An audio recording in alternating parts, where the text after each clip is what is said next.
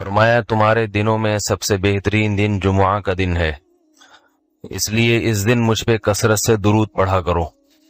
فإن صلاتکم معروضۃ علی، اس لیے کہ تمہارا درود مجھ تک پہنچایا جاتا ہے۔ صحابی نے پوچھا یا رسول اللہ کیف تعرض علیک صلاتنا وقد ارمت، ہمارا درود آپ تک کیسے پہنچایا جائے گا جبکہ آپ جب دنیا سے جائیں گے، قبر میں جسم آپ کا ختم ہو جائے گا، تو ہمارا درود آپ تک کیسے پہنچے گا؟ تو آپ صلی اللہ علیہ وسلم نے فرمایا ان اللہ حرم علی الارض اجساد الانبیاء، اللہ تعالیٰ نے پیغمبروں کے جسموں پر زمین پر پیغمبروں کے جسموں کو حرام کر دیا۔ زمین کسی پیغمبر کے جسم کو کبھی ختم نہیں کرتی۔ تو یہ بھی امت کا اجماعی عقیدہ ہے کہ جتنے بھی انبیاء ہیں ان کے جسم بالکل سلامت رہتے ہیں۔ شہداء میں تو یہ بہت زیادہ مشاہدہ ہوتا ہے، بہت سارے شہداء کے جسم سلامت رہتے ہیں۔ تو ایک اور حدیث میں آپ صلی اللہ علیہ وسلم نے فرمایا من صلی علی صلاۃ صلی اللہ بہا عشرہ، جس نے مجھ پر ایک دفعہ درود بھیجا۔ درود کہتے ہیں نبی صلی اللہ علیہ وسلم کے لیے اللہ تعالیٰ سے خصوصی رحمت کی دعا کرنا۔ ایک ہوتا ہے عام دعا، کسی کے لیے بھی رحمت، صلات کہتے ہیں خصوصی رحمت جو اللہ اپنے خاص بندوں پہ کرتا ہے۔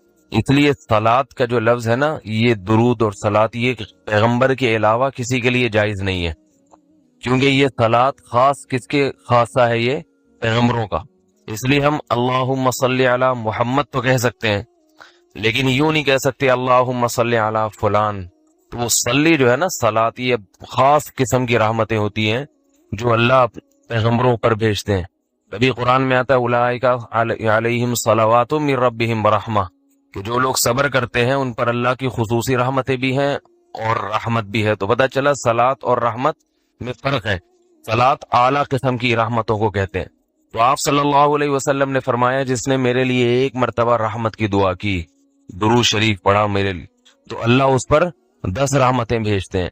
اور جمعہ کے دن زیادہ فضیلت ہے درود شریف پڑھنے کی۔ البتہ یہ جو جمعہ کے دن میں حدیث مشہور ہے کہ 80 سال کے گناہ معاف ہوتے ہیں جمعہ کے دن درود پڑھنے سے، یہ حدیث سند کے لحاظ سے کمزور ہے۔ لیکن یہ جو میں نے حدیث پڑھی کہ جمعہ کا دن سب سے بہتر دن ہے، فَأَكْثِرُوا عَلَيَّ مِنَ الصَّلَاةِ فِيهِ، لہذا اس دن مجھ پہ کثرت سے درود پڑھا کرو، یہ بالکل صحیح حدیث ہے۔ تو جمعہ کے دن درود شریف کی اضافی فضیلت ہے۔ آج چونکہ جمعہ کا دن ہے تو اس لیے میں نے کہا کہ اس بارے میں تھوڑی سی بات کروں۔ ایک اور حدیث میں آتا ہے رسول اللہ صلی اللہ علیہ وسلم نے فرمایا لا تجعلوا قبری عیدا وصلوا علی فإن صلاتکم تبلغنی حیث کنتم، فرمایا میری قبر کو عیدگاہ نہ بناؤ۔ جیسے میلوں کی جگہ ہوتی ہے نا، میلے ٹھیلے، عید پہ جب سب لوگ جمع ہو کے خوشیاں مناتے ہیں، تو جیسے مزاروں پہ ہوتا ہے نا، قوالیاں ہو رہی ہیں اور یہ میلے ٹھیلے ہو رہے ہیں آج کل دیکھا ہے، تو پہلے زمانے میں بھی جب کوئی نیک آدمی دنیا سے جاتا تھا تو لوگ اس کی قبر پہ دھرنے مار کے بیٹھ جاتے تھے، اور وہ مجاور اور یہ سب جو ہمارے یہاں ہوتا ہے۔ تو آپ صلی اللہ علیہ وسلم نے منع کیا کہ میری قبر کے ساتھ یہ کچھ مت کرو، البتہ مجھ پہ درود پڑھا کرو، اور فرمایا کہ تم جہاں سے بھی درود پڑھو گے یہ مجھ تک پہنچے گا۔ اور حدیث میں رسول اللہ صلی اللہ علیہ وسلم نے فرمایا ما من احد یسلم علی الا رد اللہ علی روحی فارد علیہ، کہ جب بھی کوئی مجھ پر سلام بھیجتا ہے اللہ میری روح کو میرے جسم میں لوٹاتے ہیں اور میں اس کے سلام کا جواب دیتا ہوں۔ اب یہ کیسے ہوتا ہے؟ چونکہ یہ برزخی زندگی میں ہے، لہذا اس کی کیفیات میں اور گہرائی میں جانے کی اجازت نہیں ہے۔ جیسے اللہ بہتر سمجھتے ہیں یہ ہوتا ہے، اس کی حقیقت کا ہمیں علم پوری طرح نہیں ہے، برزخی زندگی ہے۔ اور حدیث میں آتا ہے رسول اللہ صلی اللہ علیہ وسلم نے فرمایا کہ رغم انف رجل ذکرت عنده فلم يصلی علی، اس شخص کی ناک خاک آلودہ ہو جائے جس کے سامنے میرا نام لیا جائے، میرا تذکرہ ہو اور وہ مجھ پہ درود نہ پڑے۔ ایک اور حدیث میں آپ صلی اللہ علیہ وسلم نے فرمایا البخیل من ذکرت عنده فلم يصلی علی، وہ شخص کنجوس ہے، بخیل ہے جس کے سامنے میرا نام آئے اور مجھ پہ درود نہ پڑے۔ یعنی اتنی بڑی شخصیت اور اتنے بڑے محسن اعظم کا تذکرہ آ رہا ہے اور اس کی زبان سے دعا بھی نہیں نکلتی، تو اس سے بڑا کنجوس دنیا میں کون ہو سکتا ہے؟ ایک اور حدیث میں آپ صلی اللہ علیہ وسلم نے ایک شخص کو دعا مانگتے ہوئے دیکھا جس نے درود شریف پڑھے بغیر دعا شروع کر دی، تو آپ صلی اللہ علیہ وسلم نے فرمایا اس نے دعا میں جلدی کی ہے۔ پھر فرمایا تم میں سے جب کسی شخص کو دعا مانگنی ہو پہلے اللہ کی حمد و ثنا پڑھے، پھر مجھ پر درود بھیجے۔ قرآن مجید میں بھی اللہ نے حکم دیا ان اللہ و ملائکتہ یصلون علی النبی، کہ اللہ اور اس کے فرشتے، اللہ بھی رحمت بھیجتے ہیں اور فرشتے بھی رحمت کی دعا کرتے ہیں۔ یا ایھا الذین آمنوا صلوا علیہ وسلموا تسلیما، ایمان والو تم بھی محمد صلی اللہ علیہ وسلم پر درود بھیجا کرو اور سلام بھیجا کرو۔ درود اور سلام میں فرق یہ ہے کہ درود اللہ کی رحمت اور سلامت کہتے ہیں کہ ہر برائی سے، ہر مشکل سے، ہر مصیبت سے بچائیں۔ تو کمال جب ہی ہوتا ہے جب اللہ ہر شر سے بچا لیں اور اضافی رحمتیں بھی بھیجیں۔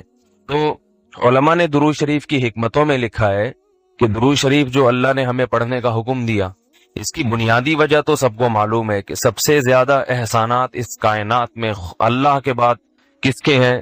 محمد صلی اللہ علیہ وسلم۔ تو آپ صلی اللہ علیہ وسلم کے احسانات سب سے زیادہ ہیں انسانیت پر۔ انسان کو انسان آپ صلی اللہ علیہ وسلم نے بنایا، اور اہل اسلام تو سب سے زیادہ ان احسانات کے تلے دبے ہوئے ہیں۔ تو ہم کوئی بھی عبادت اگر کر رہے ہیں، دعا بھی اگر مانگ رہے ہیں، تو یہ بھی کس کی وجہ سے توفیق مل رہی ہے؟ نبی صلی اللہ علیہ وسلم، کیونکہ آپ صلی اللہ علیہ وسلم نے ہی یہ ساری چیزیں سکھائی ہیں۔ تو ہر کام میں حکم یہ ہے کہ بھئی جس کا احسان ہے، جس کی وجہ سے تمہیں یہ رہنمائی ملی، پہلے اس کا بھی تو کچھ خیال کرو، اس کا بھی جو ہے نا اللہ سے اس کے لیے دعا مانگو تاکہ تمہاری طرف سے بھی کچھ شکر ہو۔ دوسری بات علماء نے لکھی ہے کہ اس میں حکمت یہ ہے کہ درود شریف پڑھنے سے توحید کا عقیدہ مضبوط ہوتا ہے۔ وہ توحید، درود شریف نبی سے دعا نہیں ہے بلکہ اللہ سے دعا ہے، کس کے لیے؟ نبی کے لیے۔ تو پتہ یہ چلا کہ نبی پر بھی اللہ کی رحمتیں ہوں گی، اور دعا کون مانگ رہا ہے؟ ہم مانگ رہے ہیں۔ تو اس میں نبی سے مانگنے کا دروازہ بند کر دیا کہ نبی سے مانگنے کا اسلام میں کوئی تصور نہیں ہے، بلکہ نبی کے لیے بھی اللہ سے مانگا جائے گا۔ تو جب نبی کے لیے بھی اللہ سے مانگنے کا حکم ہے تو اپنے لیے نبی سے کیسے مانگنے کا حکم ہو گیا؟ سمجھ میں آ رہی ہے بات کہ نہیں آ رہی؟ یعنی نبی کے لیے بھی کس سے مانگنے کا حکم ہے؟ اللہ سے۔ تو اپنے لیے کس سے مانگیں گے؟ بطریق اولا، بطریق اولا ہم پھر اللہ سے مانگیں گے۔ تو اس سے عقیدہ توحید مضبوط ہوتا ہے۔ اور تیسری بات یہ کہ علماء نے لکھا ہے کہ جب درود شریف پڑھیں تو اس نظریے سے نہ پڑھیں کہ نبی ہماری دعا کے محتاج ہیں۔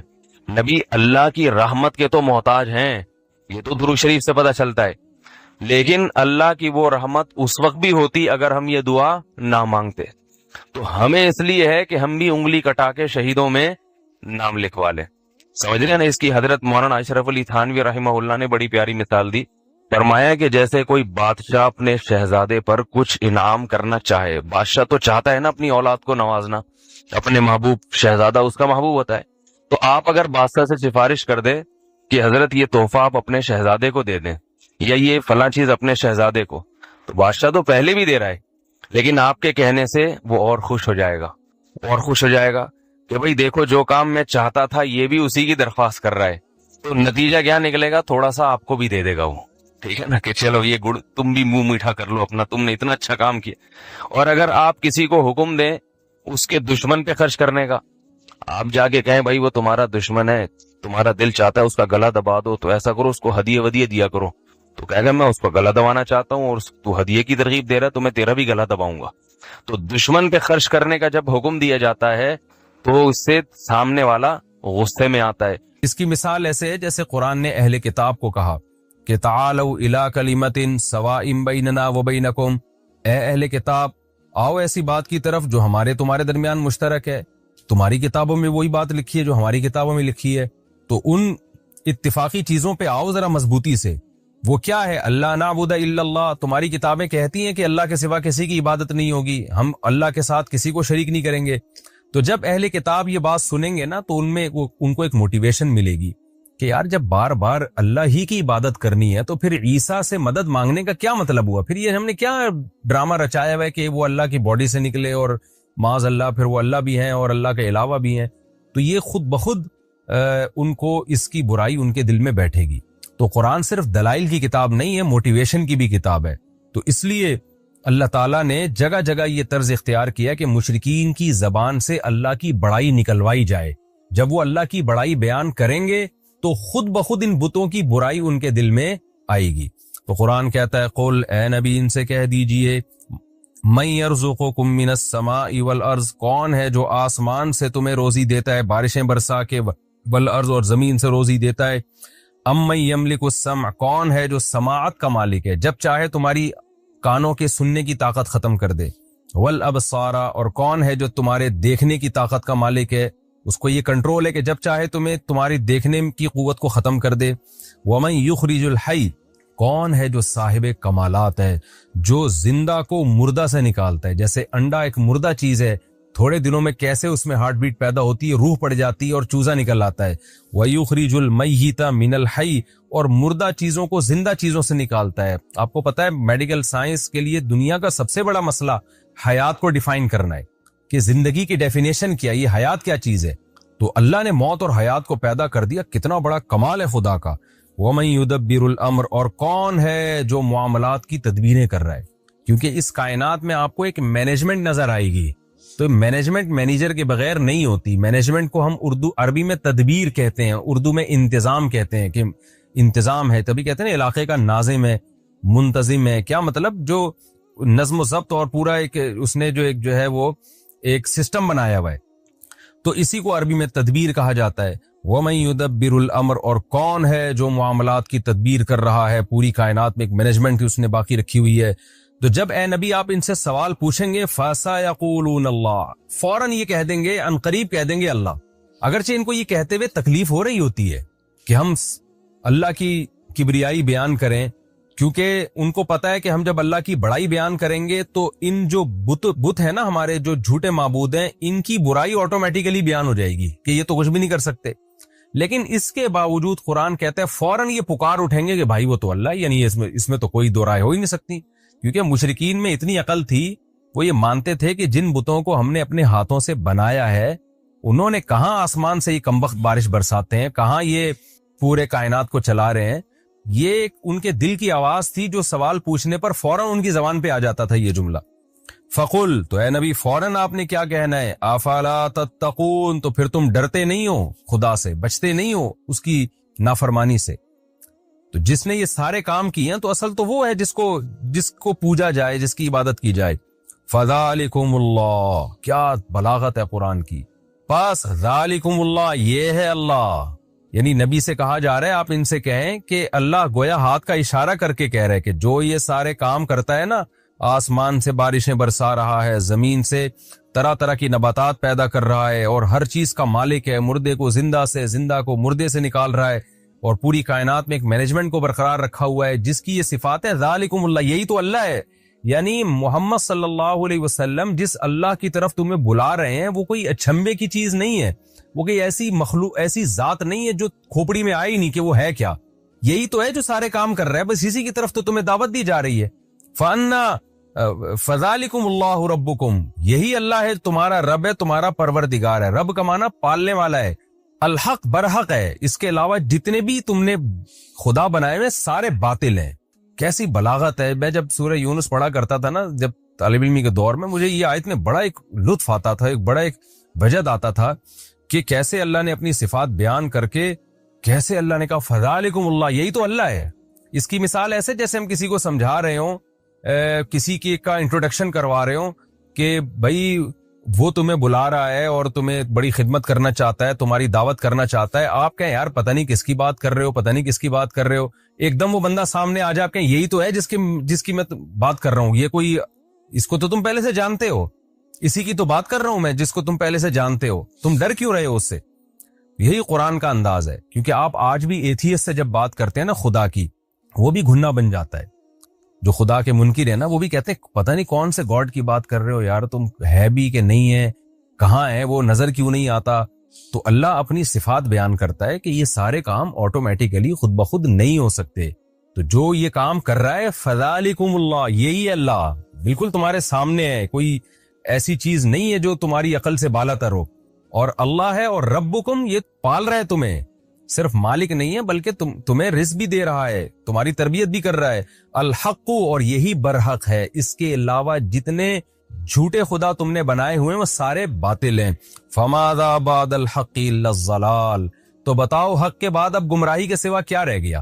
یعنی اللہ کا انٹروڈکشن بھی آ گیا، تعارف بھی آ گیا، اور اس سے اللہ کا وجود بھی ثابت ہو گیا، اور اللہ کا ایک ہونا بھی ثابت ہو گیا کہ یہ سارے کام تو اکیلا اللہ کر رہا ہے، جن کو تم معبود بنا کے پوجتے ہو وہ تو کچھ بھی نہیں کر رہے، تو اللہ کا وجود بھی ثابت ہو گیا اور اللہ کا ایک ہونا بھی ثابت ہو گیا. تو اس حق کو اگر تم نہیں مانتے تو بتاؤ حق کے بعد گمراہی کے سوا کیا ہے؟ اس کا مطلب اس حق کو تم چھوڑو گے تو تم گمراہی کی طرف لے کے جا رہے ہو.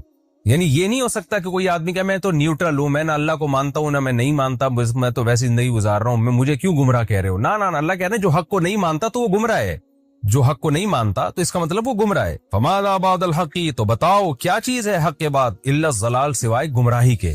تو اب جو براڈ مائنڈڈ بننے والے لوگ ہیں نا، جو لبرل بنتے ہیں کہ جی ہم کسی ایک طرف نہیں جاتے، نہ ہم خدا کے وجود کو مانتے ہیں نہ انکار کرتے ہیں، اور ہم تو یعنی اعتدال والی رائے اختیار کرتے ہیں، تو اللہ کہتے ہیں نہ ایک چیز کا حق ہونا ثابت ہو جائے نا تو اس پہ ڈٹ جاؤ، چاہے لوگ تمہیں فنڈامنٹلسٹ کہیں، لوگ تمہیں دقیانوس کہیں، لوگ تمہیں بنیاد پرست کہیں، کچھ بھی کہیں، کیونکہ اگر اس حق کو تم نہیں مانتے تو پھر بیچ کا کوئی دوسرا راستہ نہیں ہے. حق کے علاوہ سب کچھ گمراہ ہے، تو اس کے علاوہ کوئی رائے رکھو گے تو وہ گمراہی والی رائے کہلائے گی، تم پھر معتدل نہیں کہلاؤ گے بلکہ تم گمراہ کہلاؤ گے.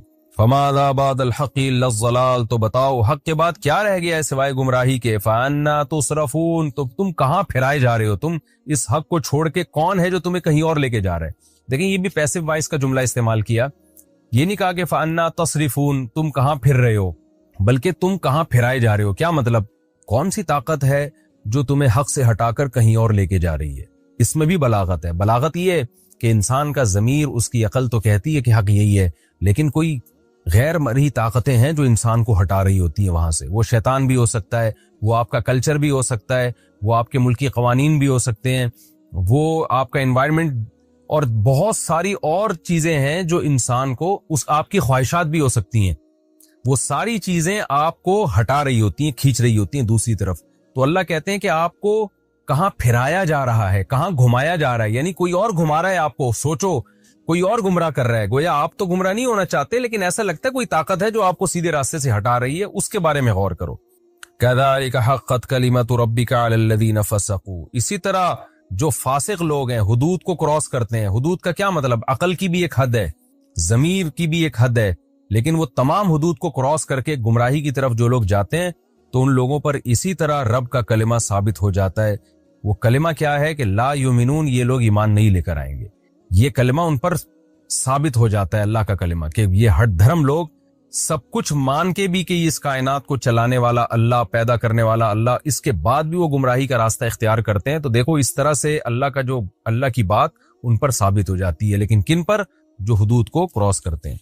قل هل من شرکائکم من یبدأ الخلق ثم یعید، اے نبی ان سے کہہ دیجئے، مزید سوال پوچھیں کہ تمہارے جو معبود ہیں ان میں کوئی ایسا ہے جو مخلوق کو پہلی مرتبہ جس نے پیدا کیا ہو، ثم یعیدہ، پھر اس کو دوبارہ بھی پیدا کرے میدان حشر میں؟ تو فرسٹ ٹائم بھی نہ کسی نے پیدا کیا اور دوبارہ پیدا کرنا تو سوال ہی پیدا نہیں ہوتا. قل اللہ، آپ ان سے کہہ دیجئے اللہ ہی ہے، یبدأ الخلق، جو مخلوق کو پہلی دفعہ پیدا کرتا ہے، ثم یعیدہ، پھر دوبارہ بھی پیدا کرے گا. اچھا یہاں آپ ایک بلاغت کا نقطہ دیکھیں. جب پہلے سوالات کیے گئے تھے کہ جو کون ہے جو آسمان سے روزی برساتا ہے، کون ہے جو زندہ کو مردہ سے نکالتا ہے، تو قرآن نے کہا فوراً یہ کہیں گے فَسَيَقُولُونَ اللَّهُ، اللہ یہ کام کرتا ہے. لیکن یہاں پر کیا ہے؟ جب ان سے سوال پوچھا گیا کون ہے جس نے مخلوق کو پہلی دفعہ پیدا کیا اور دوبارہ بھی پیدا کرے گا، اب یہاں قرآن نے یہ نہیں کہا کہ فَسَيَقُولُونَ اللَّهُ، یہ فوراً کہیں گے اللہ. وجہ اس کی یہ تھی کہ دوبارہ پیدا کرنے کے یہ قائل نہیں تھے بہت سارے مشرکین. وہ کہتے تھے پہلی دفعہ تو اللہ نے پیدا کیا، دوبارہ نہیں کرے گا. تو اس لیے اللہ نے اپنی بات بھی آگے بڑھا دی کہ صرف فرسٹ ٹائم نہیں ہے، دوبارہ بھی میں پیدا کروں گا.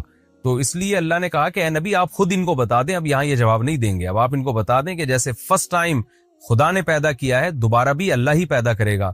یہ جو تمہارے بت ہیں پتھر کے بنے ہوئے اور جو جھوٹے خدا ہیں، نہ انہوں نے مخلوق کو پہلی دفعہ پیدا کیا اور نہ یہ دوبارہ پیدا کرنے پر قدرت رکھتے ہیں. قل هل من شرکائکم من یبدأ الخلق، کہہ دیجئے تمہارے معبودوں میں کون ہے جو فرسٹ ٹائم مخلوق کو پیدا کرتا ہے، ثم یعیدہ، پھر دوبارہ پیدا کرے گا. قل اللہ یبدأ الخلق، پھر آپ خود بتا دیں، یہ تو چپ چاپ بیٹھے رہیں گے.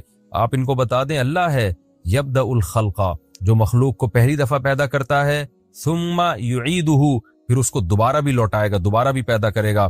فَأَنَّا تُؤْفَكُونَ، تو تم کہاں پھرائے جا رہے ہو؟ دوسری دفعہ چلو پیدا کرنے کے قائل نہیں، لیکن فرسٹ ٹائم تو مانتے ہو نا اللہ نے پیدا کیا، تو اس اللہ کو چھوڑ کر کن جھوٹے خداؤں کے پیچھے لگے ہوئے ہو؟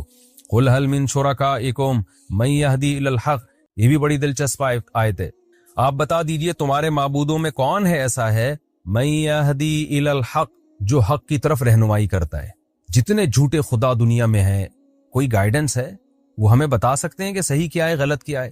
اور جو اللہ ہے وہ تو ہمیں حق بتا رہا ہے، وہ بتا رہا ہے زنا بری چیز ہے، نکاح بری چیز نہیں ہے، سود بری چیز ہے، تجارت بری چیز نہیں ہے، شراب بری چیز ہے، اور حلال اور پاکیزہ اموال بری چیز نہیں ہے۔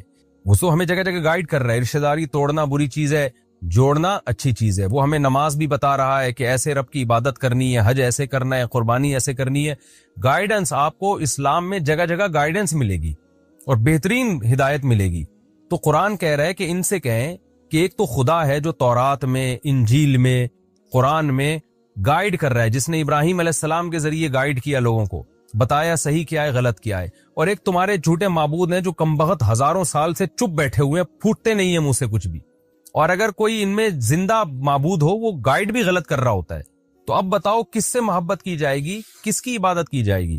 قُلْ هَلْ مِن شُرَكَائِكُم، آپ ان سے کہہ دیجئے کیا ہیں تمہارے معبودوں میں سے من، کوئی ایسا معبود ہے یہدی الی الحق، جو سیدھے راستے کی رہنمائی کرتا ہو؟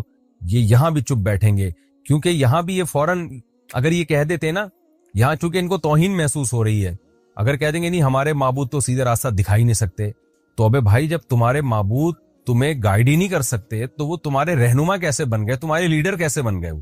اور ان کو تم فالو کیسے کرو گے؟ فالو لیڈر کو کیا جاتا ہے نا، تو لیڈر ہونے کی صلاحیت ہوگی تو فالو کیا جائے گا۔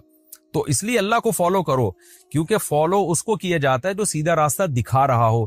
جو بیچارہ خود گائیڈنس کا محتاج ہو وہ لیڈر کیسے بن سکتا ہے؟ اس کو فالو کیسے کیا جائے گا؟ قُلِ اللَّهُ يَهْدِي لِلْحَقِّ، آپ ان کو کہہ دیجئے اللہ ہے جو سیدھے راستے کی طرف رہنمائی کرتا ہے۔ اب قرآن یہ مقدمہ قائم کر کے، یہ دلیل قائم کر کے ایک اور بات پر استدلال کر رہا ہے کہ جو سیدھے راستے کی رہنمائی کرتا ہے بھلا وہ اس بات کا زیادہ حقدار ہے کہ اس کی اتباع کی جائے، یا جو بیچارہ خود جس کے پاس سیدھا راستہ نہ ہو جب تک کہ اس کو کوئی راستہ نہ بتائے؟ تو جو لیڈر ہی گائیڈنس کا محتاج ہے تو عوام اس کو کیسے فالو کرے گی؟ تو فالو اس کو کیا جاتا ہے جس کو سیدھے راستے کا پتہ ہو اور بتا رہا ہو۔ تو یہ صفت اللہ کے علاوہ کسی میں نہیں پائی جاتی۔ اور آج کے حالات میں تو آپ دیکھ لینا، جن قوموں کو ہم فالو کر رہے ہیں وہ خود ہدایت کی محتاج ہیں۔ کیسے کیسے قوانین وہ اپنے ملکوں میں پاس کر رہے ہیں، شراب کو انہوں نے لیگل کیا ہوا ہے، زنا کو لیگل کیا ہوا ہے، یہ تو خود ہدایت کی محتاج ہے، اور آج ہم نے ان کو لیڈر بنایا ہوا ہے۔ تو یہ آیت ان لوگوں کے لیے بھی ہے جو اسلام کو چھوڑ کر، خدا کو چھوڑ کر کسی اور قوم کو اپنا لیڈر